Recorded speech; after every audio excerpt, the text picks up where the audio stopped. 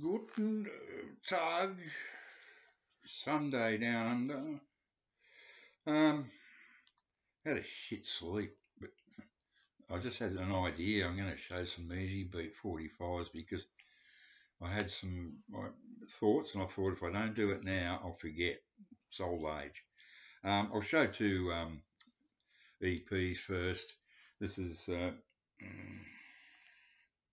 Easy As Can Be with side one is the single Easy As Can Be with Sad, Lonely and Blue, which that was a double A side single. Side two is Me or You, which is a throwaway track. But the last track on side two is Wedding Ring, which is absolutely a stonker. This EP, this is a souvenir EP they put out when they headed off to England and fame. I don't think they knew they were heading towards brief fame. Bit sad actually, in that poor old Harry Vander down there, his wife actually committed suicide. So before he left, or while they were en route to, very sad story. It's been suppressed over the years, but it was big news at the time. Yeah, his wife committed suicide. I don't know why. I think, you know, incredible. And they had a baby too. So anyway, let's get on to happier things. Now, most of these I bought in real time as they came out. So here we go. Their first single. This is this A, you see, is not for A side. It means Australian recording. Albert's always had an A next to the Albert single. If it was written in Australia by Australian artists, they didn't always do it, but in this case, it's got A on both sides. The B side's pretty ordinary. It's a Vander Young song, which is unusual because this is their first single. And normally the Easy Beats are associated with Stevie Wright and George Young. It's usually a Wright-Young composition, as the A side is, For My Woman. I love this beyond belief. This is just, oh God, it's awesome. So, yeah, unusual in a Vander. Was on the B side. I never even realised that. Yeah, For My Woman. Oh my God.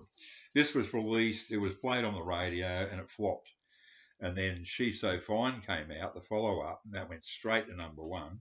And ironically, out of all my Australian Easy Beats 45s, I've never had that on a 45. I actually had it on an EP which was stolen. And I have it, of course, on CD compilations. So, and it's been played to death. Every time I or any other bloke my age went into a pub with a jukebox, there would always be She's So Fine on there, and we would always play it over and over and over and over again. Absolute stonker of a rocker. This I would call a dirgy punk sort of, it's just a weird record. I love it beyond belief. Okay, so the next single would have been She's So Fine, straight to number one. Then the follow-up, which I think is even better, it's the same sort of thing.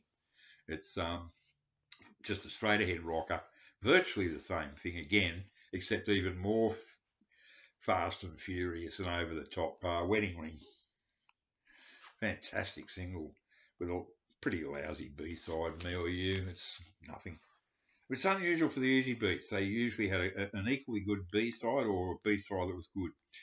Then the next single to come out was Sad and Lonely and Blue and Easy As Can Be. Both songs were played a lot on the radio.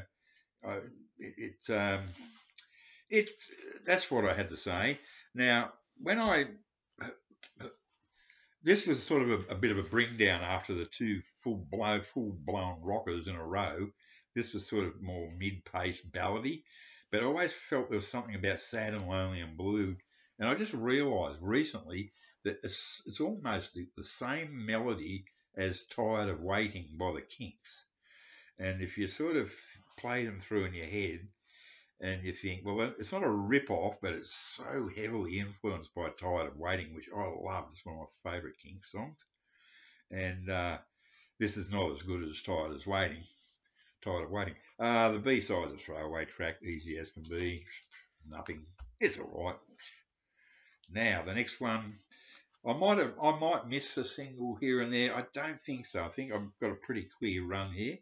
The next one up's got the double A back again on each side. Women, the A side, and In My Book, the B side. Now, both of those appear on the It's Too Easy LP, which I showed recently. Uh, and the next couple I'll show also are on that It's Too Easy album. So when I bought that album, I was sort of rebuying what I already owned, but it didn't matter, I just because it's just I had to have an Eastbeats LP, and that was the one in the shop. So yeah, In My Book, Women's just I think they said it took them 10 minutes to write, and it sounds like it, but straight to #1. Just simple rock and roll, played at a furious pace. It's a simple formula. They could do formulaic stuff. They did it to great success with their younger brothers in AC/DC later. But when they wanted to crank out, the same old thing, they could do it. They knew how to do it. And it's all in the rhythm. George Young's one of the greatest rhythm guitarists of all time. It's all in the rhythm guitar. That's all it is. In My Book, sort of like a fairly almost hilarious attempt at a sort of a bluesy ballad or a sob, I love it. I love the cheesy organ in the middle of it. I think Stevie Wright even played the 2 or 3 notes on the organ solo. Oh man, how cute. Okay, the next track. This one I really like. This is a great single. Come and See Her, the old A and A again on the B side. I Can See. Great tracks. Yeah, here it says here from Eastbeats album It's Too Easy, and from Eastbeats album It's Too Easy. Well, there you go. I bought the It's Too Easy album before this was released as a single, so I didn't even realise that. I always thought that this had come out and then it was just put on the album, but in this case, it's not true. So they actually mention It's Too Easy. Come and See Her has the wonderful Dick Diamond, the bass player that never moved and just stood stock still long before many others did the same thing. He had and he does the deep voice on it. Come and see her, come and see her, and you can hear that English is still not his main language. It's got that sort of guttural Dutch thing behind it. Come and see her, come and see her. It's awesome. And I Can See, oh man, what a great single. It's a bit of a deep cut, that one. I love that single. This one is coming up next is the wonderful, awesome Sorry. This is the Eastbeats single. It goes for just about the most money on eBay. It's one of the most sought after. It's the same old deal. Double A, Sorry one side, and the dreadful Funny Feeling on the B side as an A. From the Eastbeats album Volume 3, which is the one Ben Rankin showed the other day, and Sorry is also from the Eastbeats album Volume 3. Sorry is just a masterpiece. Fast and furious. It's excellent. B side is just throwaway dribble. But that's what I had to say. I just remembered. I nearly forgot, and this is why I'm making this bloody video. Come and See Her is basically a rewrite of For My Woman. I was sitting on the dunny a minute ago singing them in my head, and I'm going, ah ha ha ha ha, want you for my woman. And then I thought, come and see her, come and see her. I can't sing it, but the thing is, it's almost a rewrite of the first single, and that's why I like it so much. I'm sure that's the reason why I like this Come and See Her so much. It's pretty much a rewrite of For My Woman. Okay, Sorry. Then comes Pride on My Mind, of course, with the wonderful, awesome B-side, Made My Bed, Gonna Lie in It. That's just by Young, that one, and Young and Vanda. It's usually written as Vanda and Young, but in this case, it's down as Young Vanda. Now, I've never really noticed that before. I have 2 copies. That's my original because it's in beautiful condition. And this one I picked up at a fete somewhere. It's just the same thing again. Um, yeah, young Vander. See, it sounds wrong, doesn't it? It's like saying McCartney, Lennon. It just doesn't sound right. Now, this was the follow-up to the huge hit Friday on My Mind. It even flopped in Australia, which I find real. Here it goes back to Vander Young, which is what it should be. This one is. It was too advanced. It was just too far different from um, Friday on My Mind. I love it, and the B side in particular. Do you have a soul? Oh my God! You know, they were homesick. You know, at the start, Stevie Wright does a kookaburra impersonation. You know, the laughing kookaburra, the laughing jackass, Australian bird. You know, um, and it's a great track. Great track. It's one of their deep cuts. This is possibly their best single from the first version of the Easy Beats. This is sort of before they changed, became balladeers. The awesome Heaven and Hell, backed with Pretty Girl. Beautiful track. I used to have the Best of the Easy Beats plus Pretty Girl. Stolen. Yes, another one. You got Knocked Off. Both Vander Young songs. Banned in America because it had the word hell in it. Can you believe it? Can you fucking believe it? You couldn't even say hell on American radio in the 60s. And here's a second copy. Same deal. Um, this is a deep cut, really. There's a couple of versions of the music go around my head. The music goes around my head. There's the fast one that was released in Italy. Um, and I think this is the one I like. It's slower. It's more of a, yeah.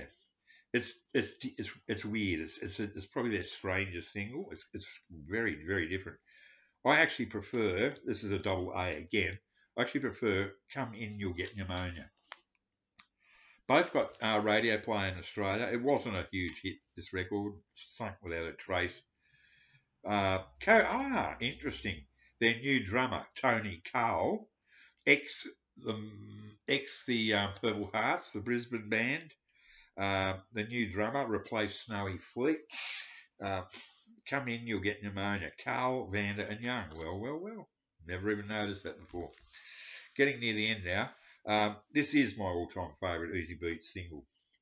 I've got three versions of it here. Just the normal one. Um, Hello, How Are You? Backed with the wonderful Falling Off the Edge of the World. It's a song Lou Reed used to play on the jukebox in New York constantly because he loved it. And this is the stripped down basic version, not the horrible Italian thing like they did with The Music Goes Round My Head, where they sped it up and put bloody strings and horns and crap all over it. I mean, it's still listenable, but the stripped down version, this one, Falling Off the Edge of the World, and Hello, How Are You as well. They aren't demos, but they're just very basic versions of these songs, and there's so much feeling in the singing, whereas the ones with all the orchestration, it's lost all its feeling, in my opinion. And they're the ones that tend to get put on CD compilations rather than this. This was released. This is an Australian release. I don't know. I think the Vigil album, which I have on CD, I think they have those horrible overproduced versions.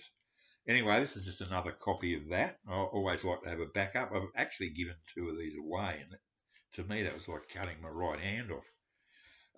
I've got three copies, and the reason this is one is extremely precious to me, in that it's